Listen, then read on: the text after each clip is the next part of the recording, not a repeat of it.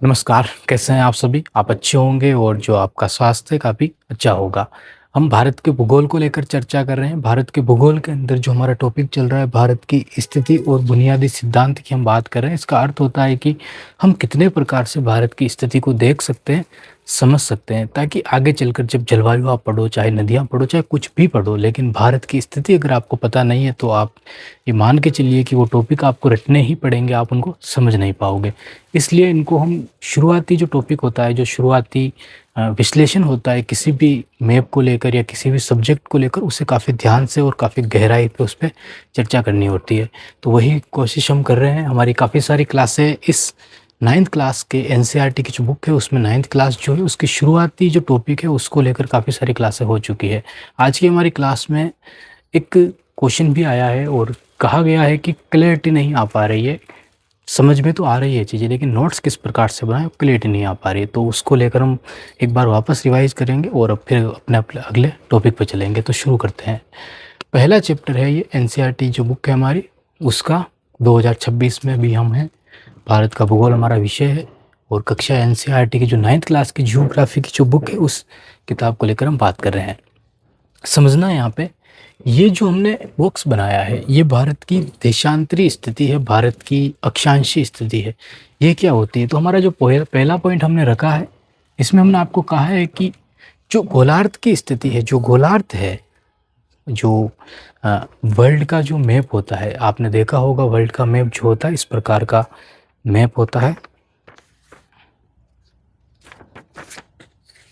इस प्रकार का मैप होता है। इसको अगर हम गोल कर दें तो ये ग्लोब बन जाता है। इस तरह इसको अगर गोल कर दिया जाए तो ये ग्लोब बन जाता है। और जैसे ही हम इसको गोल करते हैं तो फिर 360 डिग्री आपको दिख रहा है कि 360 डिग्री पूरा एक गोला होता है जो 360 डिग्री का होता है। तो इस तरह का होता है। और जब ये गोल होता है तो उसको ग्लोब कहते हैं, गोलार्ध कहते हैं। और जब इसको खोल दिया जाता है तो ये विश्व का मानचित्र बन जाता है। तो गोलार्ध की स्थिति में अगर भारत की स्थिति को हमने देखेंगे तो हमने देखा है पहले भी, लेकिन इसको समझना, जब हम किसी ग्लोब की बात करते हैं, जब हम किसी ग्लोब की बात करते हैं, यहाँ पे बना के देख लेते हैं। जब हम किसी ग्लोब की बात करते हैं,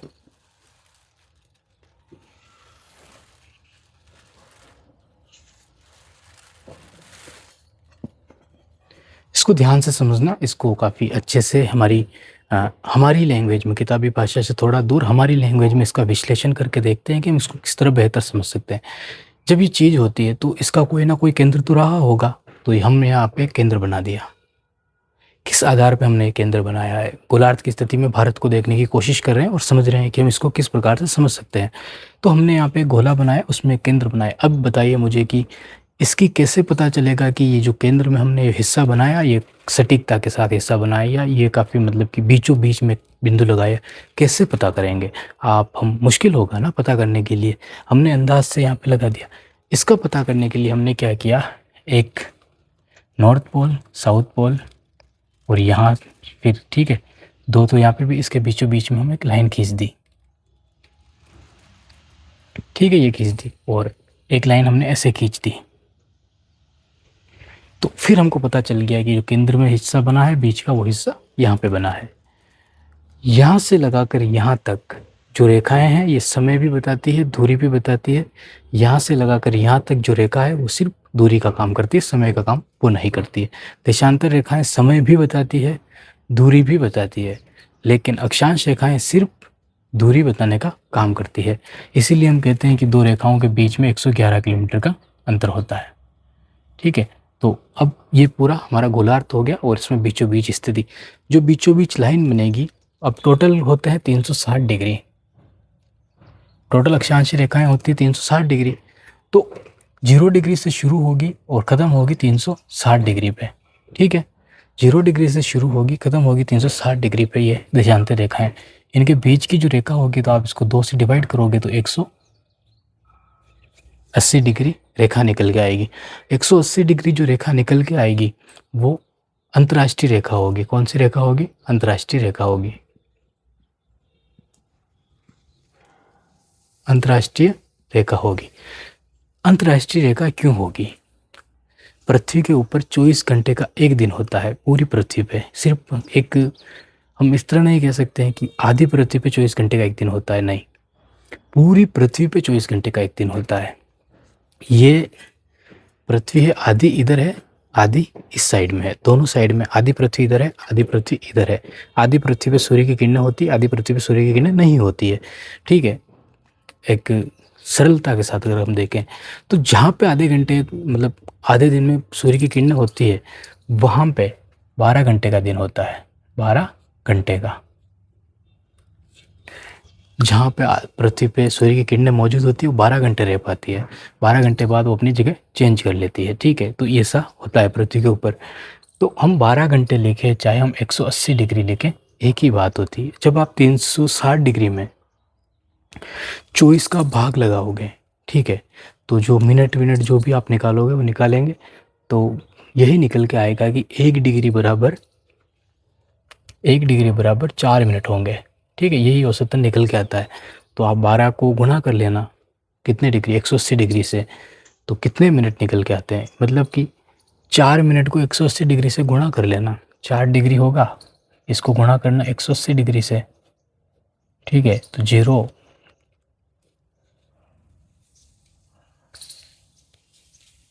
720 मिनट निकल गए। अब 720 में 1 घंटे में 60 मिनट होते हैं, 60 का भाग दे देना तो 12 घंटे ही वो निकल के आएगा। तो सरलता के साथ हमने आपको बताया कि ये जो लाइन है ये इंटरनेशनल बॉर्डर है। इंटरनेशनल बॉर्डर का मतलब अंतर्राष्ट्रीय लाइन है, ये टाइम लाइन है, टाइम जोन है, इंटरनेशनल टाइम जोन कह सकते हैं, वो है ये। इसकी एक चीज़ और है कि आप इस लाइन से जब इधर रहोगे तो सूर्य की स्थिति इस साइड में पहले आती है। जैसे हम 0 डिग्री पे हैं, यहाँ पे लंदन की ग्रीनविच रेखा गुजरती है 0 डिग्री से, तो इधर से इधर सूर्य जल्दी आता है, रोशनी जल्दी आती है, इधर लेट आती है। तो हम कह सकते हैं कि 180 डिग्री के इधर दिन जल्दी हो जाएगा। मतलब कि यहाँ पे जब सोमवार होगा तो यहाँ पे रविवार होगा। इस बात को समझना, यहाँ पे रविवार है, मतलब अगर यहाँ पे संडे है तो यहाँ पे मंडे होगा, उल्टा चलेगा ये। क्योंकि यहाँ पे सूर्य की रोशनी पहले पहुँच जाएगी तो यहाँ पे दिन जल्दी बन जाएगा, यहाँ पे दिन बाद में बनेगा। तो इसलिए ये पहले चलेगा, ये बाद में चलेगा। यहाँ पर अगर कोई दिक्कत हो, यहाँ पर कोई प्रॉब्लम हो तो आप हमको कमेंट में इसको पूछ लेना कि हाँ ये हमको समझ में नहीं आया। एक चीज़ होती है उससे आसान हो जाती है चीज़ें, लेकिन वो एक पूरी क्लास होगी, कम से कम 1 घंटे की क्लास होगी।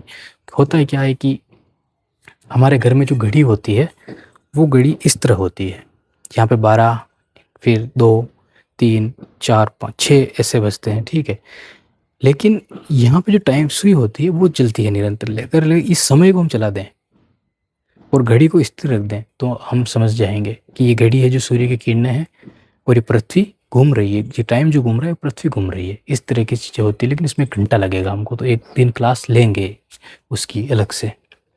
तो हमने गोलार्ध की स्थिति में अब भारत की स्थिति को देखते हैं। हमने ये टाइम जोन देखा है, अब समझना यहाँ पे 0 डिग्री ग्रीनविच रेखा और भारत का जो अक्षांशी और देशांतरी विस्तार है उसको समझना। यहाँ पे है 68 डिग्री और 7 मिनट। ठीक है, ये भारत का जो हिस्सा है और इसको हम कहते हैं गुहार मोती।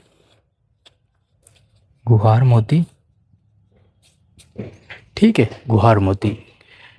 गुजरात का कच्छ का जिला है यहाँ पे और गुजरात में स्थित है ये। यहाँ तक क्लियर है, यहाँ पे कोई दिक्कत नहीं है। कौन सा हिस्सा है भारत का? ये वाला हिस्सा है, दक्षिणतम हिस्सा है ये। ठीक है, यहाँ से फिर हम इधर चलते हैं तो भारत का जो आखिरी बिंदु होगा किस तरफ, किस दिशा में होगा ये आखिरी बिंदु? ये दिशा कौन सी होगी? पूर्व दिशा होगी। ठीक है, तो हम कह सकते हैं कि ये ईस्ट और ये वेस्ट। कंफ्यूजन हो जाता है कभी कि अक्षांशीय विस्तार जो है भारत का उसमें ऑप्शन सटीक दिए जाते हैं, 68 डिग्री 7 मिनट, 97 डिग्री 25 मिनट दिए जाते हैं। लिख ये दिया जाता है वेस्ट और ईस्ट, और हम इसको ही राइट करके आते हैं। लेकिन ध्यान रखना एक चीज़, हमने आपको जो बताया है इसमें ही छिपी हुई एक चीज़ है।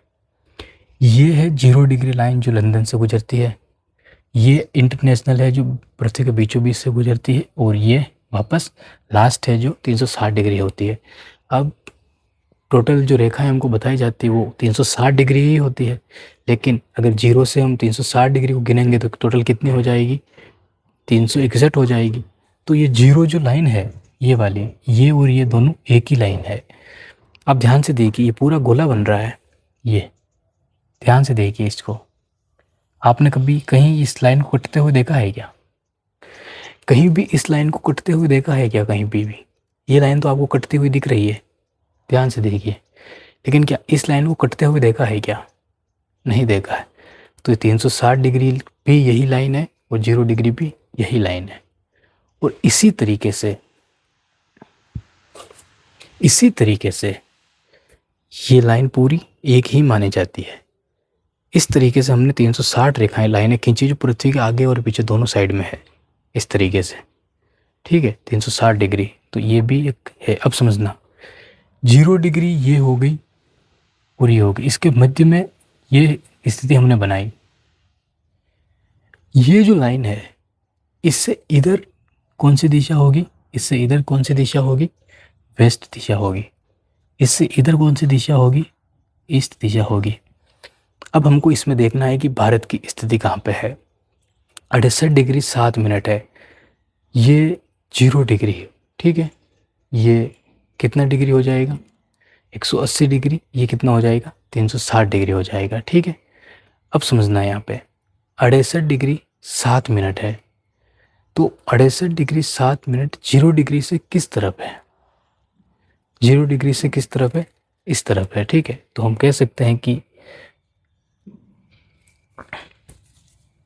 एक करेक्शन करना यहाँ पे, मिस्टेक हो गई, देखना, ये इस लाइन को बोला जाता है 180 डिग्री, ठीक है। समझ तो वैसे ही गए, थोड़ा लिखने में थोड़ी मिस्टेक हो गई है, बस इसको वापस चेंज करना और समझना। बाकी हमने जो समझा है वो सही समझा है। ये जो लाइन है ये है 180 डिग्री, और ये क्यों कंफ्यूज हुआ है उसको भी समझना। ये पृथ्वी हमने बनाई, ठीक है, इसको ध्यान से देखिए। हमने यहाँ पे पृथ्वी रखी। अब जो सूर्य की किरणें जो पहुँच रही है, इस तरह रख दीजिए, सूर्य की जो किरणें पहुँच रही है वो आधी पृथ्वी पे पहुँच रही है, और 12 घंटे बाद वो इधर पहुँचेगी। समझना है इस चीज़ को ध्यान से। सूर्य की जो किरणें पहुँच रही है वो इधर पहुँच रही है, मतलब आधी पृथ्वी, मतलब इस भाग पे पहुँच रही है। उस भाग को हमने क्यों नहीं बताया? क्योंकि उस भाग पे अंधेरा है। तो ये 180 डिग्री ये सामने वाला फ्रंट है, और 180 डिग्री पीछे वाला फ्रंट है जिस पे अंधेरा है। लेकिन 12 घंटे बाद वहाँ पे वापस दिन हो जाएगा, ठीक है। तो समझना, तो हमने क्या किया कि पृथ्वी के बीचों बीच हमने पृथ्वी के एक साइड में 0 डिग्री लाइन नहीं खींची है, बल्कि हमने क्या किया कि इस गोलार्ध को पकड़ लिया हाथ में, और वहाँ पे 0 डिग्री लाइन खींची हमने, वहाँ पे जहाँ से दिन रात की शुरुआत हो रही है। मतलब हमने एक ऐसी स्थिति, ग्रीनविच रेखा 0 डिग्री लंदन में, वहाँ से हमने टाइम की शुरुआत की, और वहाँ से हमने 0 डिग्री लाइन खींची पृथ्वी के बीचों बीच से। तो इधर जो टाइम चलेगा वो किस दिशा का होगा? इधर जो टाइम चलेगा वो। तो ये जो लाइन है ये होगी 180 डिग्री लाइन होगी, या ये 360 डिग्री, ठीक है। ये अब ये लाइन हमने 180 डिग्री बनाई, तो ये लाइन भी 180 डिग्री ही बनेगी। तो 360 डिग्री कहाँ पे बनेगी? ये 0 डिग्री है, तो 360 डिग्री भी यही लाइन होगी। जब हम एक कोण बनाते हैं, जब हम ये कोण बनाए तो ये तो 90 डिग्री का, लेकिन ये तो 0 है ना, ये तो 0 डिग्री है, लेकिन जब ये कोण बनाते हैं तो 180 डिग्री हो जाता है, ठीक है, 180 डिग्री हो जाता है। तो ये ध्यान से देखिए आप, ये 180 डिग्री लाइन बन गई। लेकिन इसी को अगर गोल बना दिया जाए तो यहाँ से लगाकर यहाँ तक हमने एक लाइन खींची, ये डायरेक्ट लाइन है, ये 180 डिग्री होगी। लेकिन मान के चलिए कि इसको हम गोल बना देता हूँ ऐसे, तो 360 डिग्री हो जाएगा, साधारण सी बात है। तो ये जो हो गई, ये कितने डिग्री हो जाएगी? आगे और पीछे दोनों को मिलाकर 180 डिग्री प्लस 180 डिग्री 360 डिग्री हो जाएगा। तो ये जो लाइन है, इससे इधर हमने जो खींची उसको हमने कहा वेस्ट, और इधर जो हमने खींची उसको कहा ईस्ट। अब भारत की स्थिति को अगर हम टाइम जोन में देखेंगे या देशांतर अक्षांश में देखेंगे, तो ये जो होगा यहाँ पे वो ईस्ट ही आएगा, क्योंकि इसकी शुरुआत यहीं से कर दी गई है। भारत की स्थिति क्या है? इसको देख के पता चलेगा हमको। तो ये ईस्ट में है भारत, तो 68 डिग्री 7 मिनट ईस्ट से लगाकर 97 डिग्री 25 मिनट ईस्ट, ये भारत की देशांतरी स्थिति है। अब आप गिन लेना 68 और 97 डिग्री के मध्य में कितनी रेखाएं टोटल हो रही है। जितनी रेखाएं टोटल हो रही है उन डिग्री को गुणा करना 4 मिनट से, तो लगभग 2 घंटे निकल के आएंगे। कितने घंटे? 2 घंटे निकल के आएंगे। इनके बीच की स्थिति देखने जब देखेंगे हम, यहाँ से लगाकर यहाँ तक कितनी रेखाएं बनेगी, तो आप गिन लेना। यहाँ से 68 हो गई, तो इसमें 3 मिनट और जोड़ेंगे तो कितने हो जाएंगी ये, मतलब कि 68 डिग्री 7 मिनट है, ठीक है। तो लगभग 68 डिग्री है, ये 7 मिनट कम कर देना। तो 68 डिग्री से 97 में से 68 को माइनस करोगे तो कितना बचेगा, उसके बाद जो डिग्री निकल के आए उसको आप कर देना, तो आ जाएगा उससे। अब आगे चलते हैं हम। गोलार्ध की स्थिति में भारत की स्थिति को देखना है। ध्यान से सुनना। 68 डिग्री है, ये 0 डिग्री है, तो भारत किस स्थिति में होगा? ये 0 है तो 1 डिग्री होगा, ये 2 डिग्री होगा, ये 3 डिग्री होगा। लेकिन इनकी दिशा कौन सी होगी? ईस्ट दिशा होगी। इधर 1 डिग्री 2 डिग्री 3 डिग्री होगा, लेकिन इनकी दिशा कौन सी होगी? वेस्ट दिशा होगी। जब ये 180 डिग्री पे पहुंचेंगे और जब ये भी 180 डिग्री पे पहुंचेंगे, जब ये दोनों लाइनें मिल जाएगी, वहाँ पे कितना डिग्री का कोण बन जाएगा? 360 डिग्री का कोण बन जाएगा। और ये दिशा कौन सी होगी? न्यूट्रल हो जाएगी, ये कोई दिशा ही नहीं होगी। ठीक है, यहाँ तक क्लियर हो गया हमारा। तो अब भारत की स्थिति को समझना। 68 डिग्री है तो 0 डिग्री 1-2 डिग्री हमको कितना चलना पड़ेगा? 68 डिग्री इधर चलना पड़ेगा। जब 68 डिग्री हम इधर जाएंगे तो हमको एक महाद्वीप मिलेगा, उस महाद्वीप का नाम होगा, जब ये 0 डिग्री है, जब इधर इससे इधर जाएंगे तो यहाँ पे हमको एक एशिया महाद्वीप मिलेगा। इस जगह पे एशिया महाद्वीप मिलेगा। भारत की स्थिति कितनी है यहाँ पे? 68 डिग्री 7 मिनट। दूसरी स्थिति देखना आप, यहाँ पे स्थिति क्या है भारत की? यहाँ पे है 8 डिग्री 4 मिनट, 8 डिग्री 4 मिनट। यहाँ पे 37 डिग्री 6 मिनट। ठीक है, अब देखो 8 डिग्री 4 मिनट। अब यही स्थिति यहाँ पे वापस देखना ध्यान से। ये भारत है, मतलब कि ये गोलार्ध है। गोलार्ध के अंदर हम वैसे ही एक दिशा और बनाते हैं, 0 डिग्री इसको रख दिया। इसके ऊपर जो होगा उसको हम कहेंगे नॉर्थ, और इसके नीचे जो होगा उसको कहेंगे हम साउथ। अब भारत की स्थिति है किस तरफ है? नॉर्थ में। यहाँ पे 8 डिग्री 4 मिनट नॉर्थ लिखा है, तो यहाँ पे भी हम नॉर्थ ही लिखेंगे, क्योंकि इससे अंदाज़ा लगाया जाएगा भारत की स्थिति कैसी है, उससे पता फर्क नहीं पड़ता है यहाँ पे किस दिशा में वो है, यहाँ से फर्क पड़ता है। यहाँ पे हमने देखा तो भारत की स्थिति 8 डिग्री पे आ रही है, तो 8 डिग्री वो इस रेखा के बिल्कुल पास होगा, तो यहाँ पे होगी। तो हम कह सकते हैं कि भारत की स्थिति गोलार्ध में यहाँ पे है। ठीक है, तो हम कह सकते हैं कि भारत पश्चिम दिशा में है और भारत उत्तर दिशा में है। तो हम कह सकते हैं गोलार्ध में जो स्थिति है वो है उत्तर पश्चिम। लेकिन एशिया महाद्वीप के अंदर जैसे हमने ये बनाया, वैसे ही हम एशिया महाद्वीप जब बनाते हैं, मान लो कि एशिया महाद्वीप है, इसमें जब भारत की स्थिति हम देखते हैं तो भारत उत्तर में है और भारत की दिशा कौन सी है? यहाँ पे एशिया महाद्वीप के दक्षिण में है ये स्थिति भारत की, तो उत्तर में है और पश्चिम में है यहाँ पे भी। तो हम कह सकते हैं कि भारत की स्थिति उत्तर पश्चिम में है, उत्तर पश्चिम में है। ठीक है, एक मिनट, यहाँ पे करेक्शन करना, मानचित्र को देखना पड़ेगा।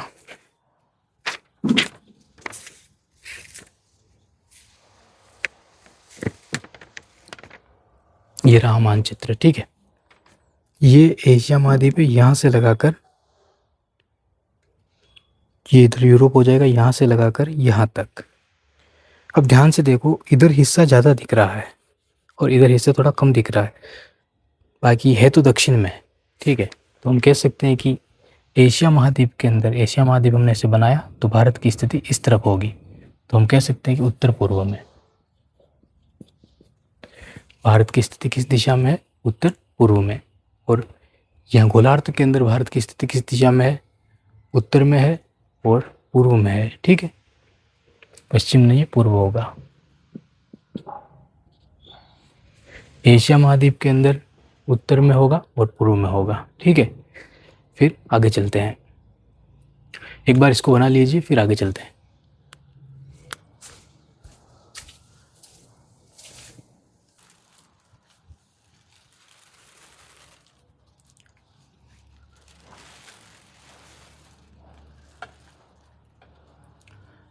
बनाना कैसे है, जो ध्यान से सुनना। भारत का मैप बनाना है आपको। उसमें आपको 68 डिग्री 7 मिनट ईस्ट से लगाकर 97 डिग्री ये लिखना है। ठीक है, फिर हम एक बार इसको वापस बनाएंगे क्योंकि यहाँ पे थोड़ी गड़बड़ हुई है। इसको सरलता से और कैसे समझ सकते हैं उसकी कोशिश करते हैं कि हम किस तरह इसको और सरल कर सकते हैं। इसमें गड़बड़ हुई है क्योंकि ये अक्षांश रेखाएं और देशांतर रेखाओं की डिग्रियों का जो खेल है ये थोड़ा मुश्किल होता है। तो एक बार इसको लेकिन मैप बनाइए, उसके अंदर ये लिखिए 12 और इक्वल टू करना 180 डिग्री, मतलब 1 घंटे के बराबर 60 मिनट होते हैं। अब 4 मिनट में 1 डिग्री होती है, तो 60 के अंदर 4 का भाग देना, जितना निकल का है उतनी डिग्री हो जाएगी। ठीक है, तो इस तरीके से देखा जाता है। अब 68 डिग्री से 97 मिनट तक तो मैप बनाइए, फिर आगे चलते हैं।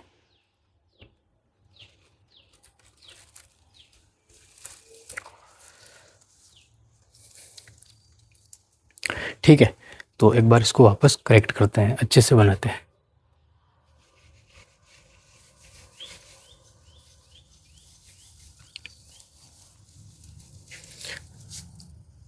यहाँ पे मुश्किल हुई है तो क्यों हुई है, उसका समाधान निकालने की हम कोशिश करते हैं कि मुश्किल हुई है तो क्यों हुई है और कहाँ पे हमसे गलती हुई है कि हम कोई चीज़ें समझ में नहीं आई है। ठीक है, तो एक बार हम वापस बनाने की कोशिश करते हैं ताकि सटीकता आए हमारे क्लास के अंदर।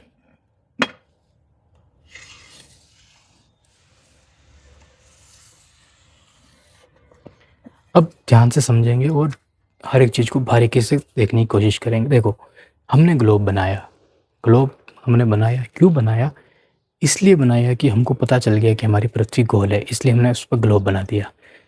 अब ग्लोब का मतलब होता है कि हमने गोला बना दिया। अब गोला बना दिया और जब हमने उनको एक ही झटके में हमारी चीज़ आसान हो गई कि हम किसी वक्र को बनाते हैं, गोल वक्र जब हम बनाते हैं तो उसका जो कोण होता है वो 360 डिग्री का होता है। अब हमने अक्षांश रेखाएं जो खींची है, वो अक्षांश रेखाएं हमने 360 डिग्री की खींची है, ये भी ध्यान रखना। हमने टोटल अक्षांश रेखाएं 360 खींची है, सही बात है। टोटल अक्षांश रेखाएं जो खींची हमने 360 खींची है, सही बात है, इसमें कोई गलत नहीं है। लेकिन इस चीज़ को नहीं बताते हैं कोई कि हमने टोटल 360 डिग्री रेखाएं खींची है। देशांती रेखाएं कितनी खींची गई है? 360 डिग्री खींची गई है तो है, लेकिन हमने हर रेखा को 360 डिग्री पे खींचा है। इस चीज़ को समझना, आप इसको अच्छे से समझना। यहाँ से हमने कोई अक्षांश देशांतर रेखा शुरू की है, ये देशांतर रेखा सीधी नहीं है। पहली बात तो ये देशांतर रेखा सीधी नहीं है। ये देशांतर रेखा हमने ऐसे सीधी खींची है, इसको हमने इसको सीधी ही खींची है, लेकिन ये अक्षांश रेखा मुड़ जाती है क्योंकि पृथ्वी को मुड़ी हुई है। तो ये एक नमूना है, मात्र एक रेखा कि आपको सीधी दिख रही है, लेकिन हकीकत में ये घुमावदार है। और ये रेखा अभी आधी खींची गई है, इसको हम 180 डिग्री कहेंगे। इस कोण को कितना कहेंगे हम? 180 डिग्री कहेंगे। क्यों? क्योंकि इसका केंद्र यहाँ पे नहीं है। यहाँ पे केंद्र होता तो ये 90 डिग्री होता। इसका केंद्र यहाँ पे बनता है और इसका केंद्र बनाने वाली एक रेखा और है जिसको हम विषुवत रेखा कहते हैं। और यहीं पे हम गड़बड़ होना शुरू हुई थी। हमने यहाँ पे 180 डिग्री रेखा जो यहाँ पे बनानी थी, हमने यहाँ पे बनाई है उसको। बस यहाँ से हमारी गड़बड़ शुरू हुई थी और ये जो दिशा का हमको थोड़ा भ्रम हुआ था वो इसी को लेकर हुआ था। तो रटना नहीं है, यहाँ पे समझना है चीज़ों को। 180 डिग्री की रेखा पता चल गया आपको, क्योंकि इसका कोण का निर्धारण यहाँ से किया जाएगा, यहाँ से नहीं किया जाएगा। यहाँ से किया जाएगा, विषुवत रेखा से किया जाएगा। और ये आप देखिए, ये 90 डिग्री का कोण और ये 90 डिग्री का कोण कितना हुआ? 180 हो गया। अब मान लीजिए कि ये तो आपको फ्रंट दिख रहा है, लेकिन अगर मान लीजिए कि ये पृथ्वी यही हो तो ये पृथ्वी आपसे छुप रही हो तो अब देखिए आप, तो एक पूरा गोला बनता है ये। अब ऐसा नहीं है, ये ऐसा नहीं है कि ये जो विषुवत रेखा ये सिर्फ पृथ्वी के एक तरफ ही है। ये विषुवत रेखा पृथ्वी के, ये विषुवत रेखा जो अक्षांश रेखा होती है यहाँ से लगाकर यहाँ तक नहीं है, ये यहाँ पूरी तरफ घूमती है। ये रेखा भी 360 डिग्री पे खींची गई है। तो हम कह सकते हैं कि 360 डिग्री इंटू 360 डिग्री, मतलब अक्षांश रेखा भी 360 डिग्री, देशांतर रेखा भी 360 डिग्री पे खींची गई है। यहाँ से क्लियर होगा चीज़ें तो आगे हम बढ़ेंगे। तो कमेंट कर देना यहाँ पे कि आपकी चीज़ें क्लियर हुई है या नहीं हुई, फिर आगे चलते हैं।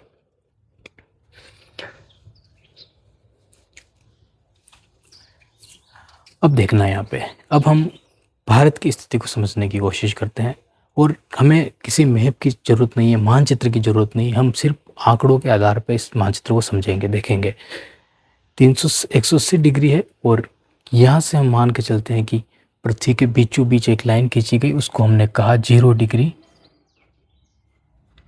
0 डिग्री ग्रीनविच रेखा। ठीक है, 180 को भूल जाए, 0 डिग्री। ये तो हमने कोण के बारे में बताया आपको कि ये कोण 180 डिग्री का है और 180 डिग्री का कोण इसके पीछे बनता है, दोनों को मिलाते हैं तो 360 का बनता है। लेकिन पृथ्वी के बीचों बीच एक लाइन खींची गई, उसको हमने कहा 0 डिग्री ग्रीनविच रेखा।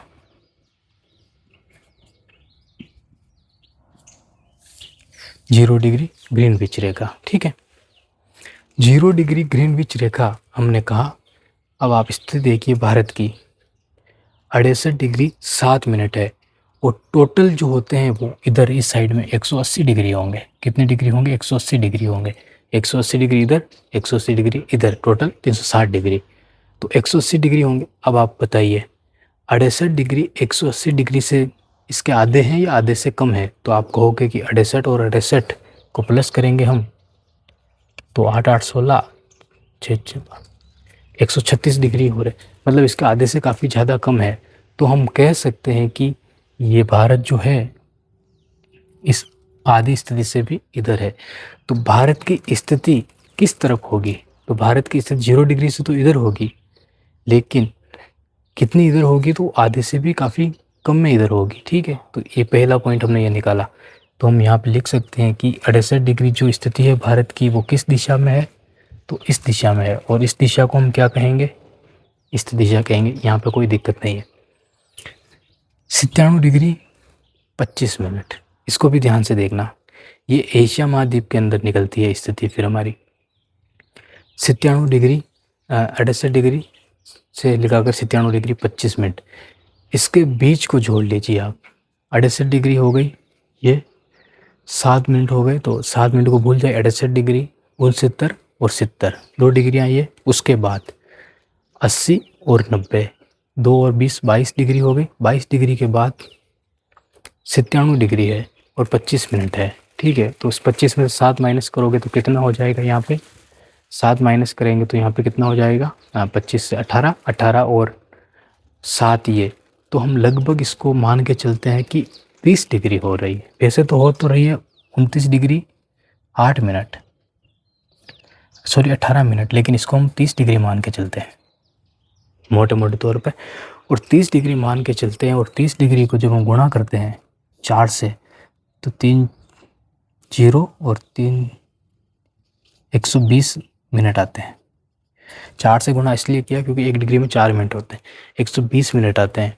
तो यहाँ से लगाकर यहाँ तक समय का जो रेखा है वो कितनी है हमारी? 120 मिनट है, मतलब कि 2 घंटे लगभग।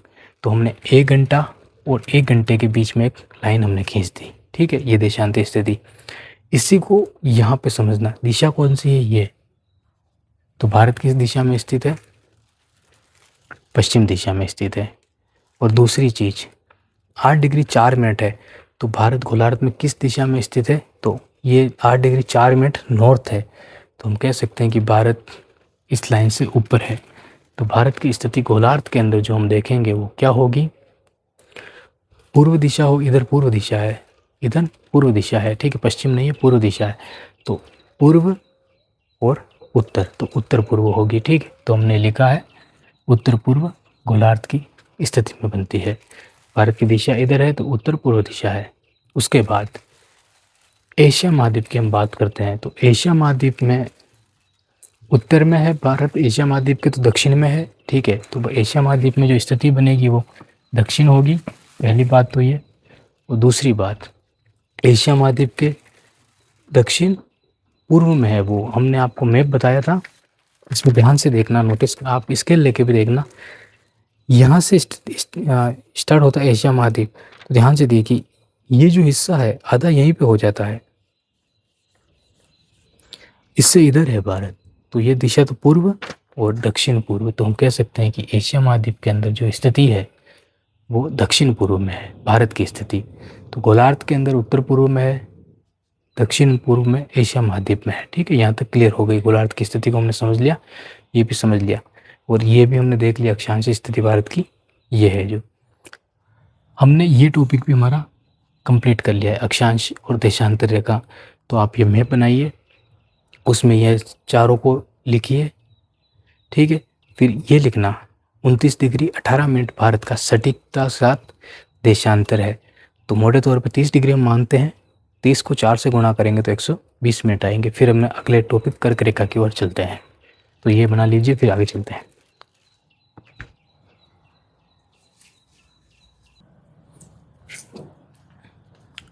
ठीक है, तो आगे चलते हैं। आगे जो हम बात करते हैं कर्क रेखा को लेकर बात करते हैं। थोड़ा बहुत, अगर ये काफ़ी सारे चीज़ें हम पिछली क्लासों में समझ सके हैं, और जो बच रहा था वो इस क्लास में हम समझ चुके हैं। ये मिनट विनट सब चीज़ें पिछली क्लास में काफ़ी अच्छे से हम समझ चुके हैं। अब भी अगर आपको डाउट हो तो कमेंट करना, फिर से समझेंगे इस चीज़ों को।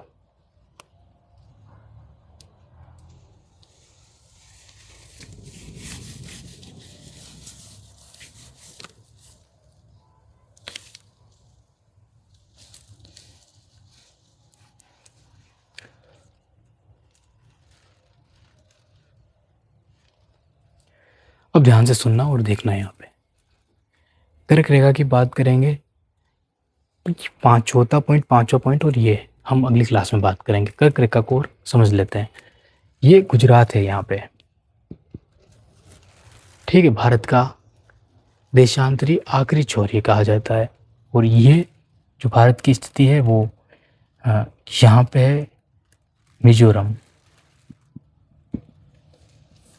यहाँ पे है मिजोरम। ठीक है, ये कर्क रेखा गुजरात से, राजस्थान से, मध्य प्रदेश से होके त्रिपुरा, मिजोरम लगभग 8 राज्यों से, भारत के 8 राज्यों से होके ये मतलब गुजरती है रेखा। ठीक है, छत्तीसगढ़, मध्य प्रदेश, छत्तीसगढ़, झारखंड, पश्चिम बंगाल, त्रिपुरा और मिजोरम, गुजरात, राजस्थान से होकर गुजरती है। इसको हम कहते हैं 23.5 डिग्री कर्क रेखा, 23.5 डिग्री कर्क रेखा। ठीक है, ये भारत को 2 भागों में बांटने का काम करती है। एक भाग है उपोष्ण कटिबंधीय, एक है उष्ण कटिबंधीय। 2 प्रकार की जलवायु भारत में जो पाई जाती है, तो ये आधे भारत को डिवाइड कर देती है, आधे भारत को डिवाइड कर देती है। भारत का विश्लेषण करना जो हम अगली क्लास में करेंगे। इसको हम 23.5 डिग्री रेखा कहते हैं। यहाँ तक क्लियर है?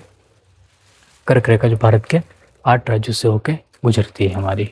ठीक है, अब इसमें समझने वाली बात यह है कि यहाँ से लगाकर यहाँ तक, यहाँ से लगाकर यहाँ तक, ये लाइन भारत की चौड़ाई को बताती है। यहाँ से लगाकर यहाँ तक ये लाइन भारत की जलवायु को बताती है, मतलब कि कटिबंध को बताती है, भारत की स्थिति को बताती है कि 2 प्रकार की, गुजरात से नीचे वाला भाग समुद्र से घिरा हुआ है, ऊपर वाला भाग देशों से घिरा हुआ है। तो कर्क स्थिति हमको क्या बताती है? कर्क रेखा हमको बताती है कि भारत की जलवायु कैसी है, और ये लाइन हमको बताती है कि भारत की चौड़ाई कितनी है। तो हम लिखते हैं कि 2933 किलोमीटर। ये लाइन हमको बताती है भारत की लंबाई कितनी है, तो हम लिखते हैं 3214 किलोमीटर।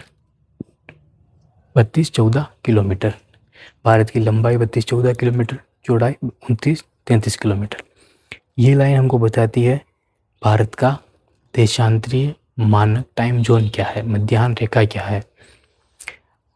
यहाँ पे क्यों है ये, यहाँ पे क्यों नहीं है, बीचों बीच क्यों नहीं है, इधर निकला हुआ हिस्सा चाहे छोटे हैं लेकिन यहाँ तक है, इसको आधा बना जब काटा गया तो वो हिस्सा यहाँ पे आया, तो इसको मानक समय कहा गया और इसको कहते हैं 82.5 डिग्री मध्याह्न रेखा। 82.5 डिग्री और ग्रीनविच रेखा जो है वो कितने डिग्री पे है? 0 डिग्री पे। तो 0 डिग्री से 82.5 डिग्री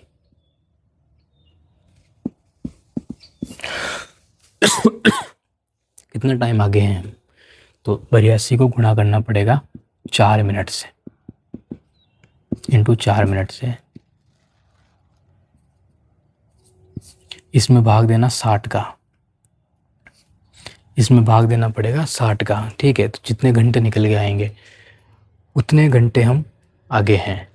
अब इसमें 28 आए, फिर 30 मिनट है, तो 60 डिग्री होंगे तो 1 मिनट हो जाएगा। तो हम मान के चलते हैं कि ये कितने मिनट हो रहे हैं? 2 मिनट हो रहे हैं यहाँ पे। तो टोटल हो जाएंगे 330 मिनट। इसमें जब आप भाग लगाओगे 60 का तो कितने आते हैं, वो उस हिसाब से इसका आंसर आ जाएगा। तो आज की हमारी क्लास में इतना ही, मिलते हैं हम नेक्स्ट क्लास में। बहुत बहुत धन्यवाद आपका।